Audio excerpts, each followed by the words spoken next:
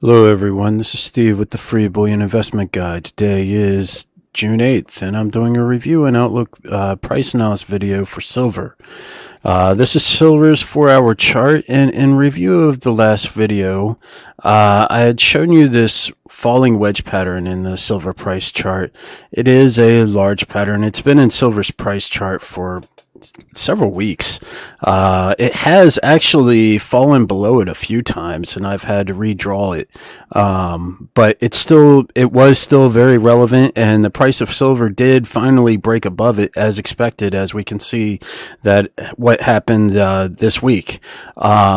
It broke above it. It broke above the 1485 level. It did find some resistance at the 1485 level, but it did break above it, making it now support and changing it to a green line, and now 1515 is resistance. Now, the reasons behind the move up in price in silver are twofold. It's the trade war.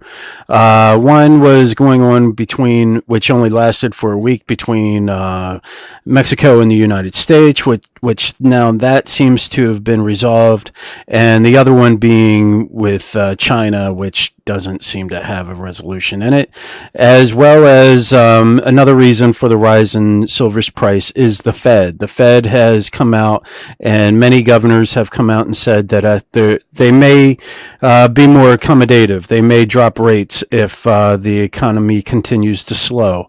So we'll really have to see what happens on that front. This pattern has been confirmed to the upside. Now the pattern that I see in the price of silver, and quite literally gold has one in it too, a rising wedge. Gold's is clearly more steep, as you could just see, but silver has a rising wedge pattern, but silver's is a little bit more broader than gold's.